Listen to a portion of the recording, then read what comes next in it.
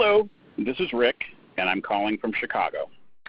Hello, my name is Jean. I live in the Atlanta, Georgia area. Hi, my name is Nancy, and I'm 62 years old, and I'm calling from Phoenix, Arizona. I feel lonely a lot. I can be surrounded by people and still feel lonely.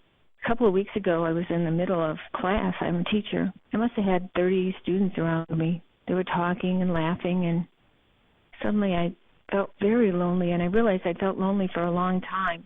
It's weird, being in the middle of a crowd and still feeling all by yourself. And I realized I had let a lot of my friendships go with COVID. And then I realized that loneliness for me wasn't necessarily related to how many people were around me. It was how many people I was connected to at any given time. It's been hard, but it's getting better. And I'm celebrating the little things that I can do with my students, my coworkers. But still, I feel lonely. Have a good day. On the topic of loneliness, I have to say when I grew up, I didn't even know what it was. I grew up in a small house with 4 kids, 2 parents, and to be quiet or lonely sounded like a great thing.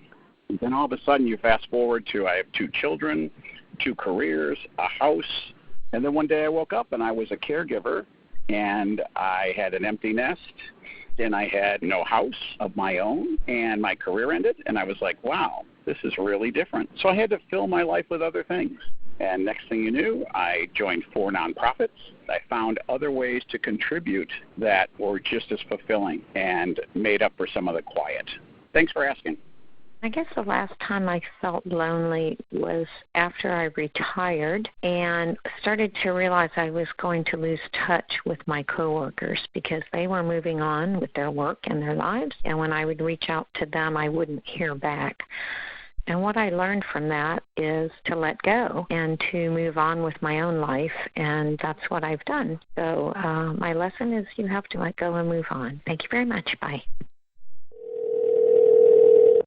Hi, this is Chris in River Forest, Illinois. A time I felt lonely was actually fairly recently after we got over the worst of COVID and people were vaccinated and we weren't wearing masks as much, and I felt like I had the wrong friends, which sounds terrible, but I felt like I was not being fulfilled by friendships. I had a lot of acquaintances that you'd think you'd get to know better, and that wasn't happening. And it really gave me a sense of being lonely. There were a lot of people. There were good people, but they weren't my people. And what I did about that is, first of all, I recognized it, and I think that's the most important thing. And secondly, I started to reach out, remembering some people that I've always enjoyed talking to. I feel like I've connected with some really wonderful people, but you have to recognize what's going on, and then you've got to do something about it. Thank you. My name is Will. I'm from New York City. I'm 47 years old, and a time I felt lonely was when my parents dropped me off at college. And I think they had the thought that it would be an easier thing to say goodbye if they just left abruptly, a quick, simple goodbye. For me, though, it was a little bit of a surprise, like, okay, there's all your stuff. Have a great time. Bye. I was a little stunned. And then what I learned really in the moment there was, I just had to sit there and have a moment with myself and recognize I am, and each of us is, on our own in the world, having one experience, and ultimately it's our own, and I just was at peace with that.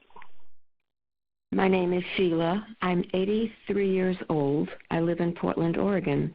The only time I can remember being lonely was when during traveling with groups, I always traveled alone, but in the groups, most people were coupled, and I would feel lonely when everyone was coupled and I was solo. Otherwise, being solo and on my own has always felt fabulous, especially in my 70s.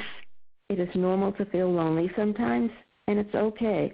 I still love traveling solo. End of messages.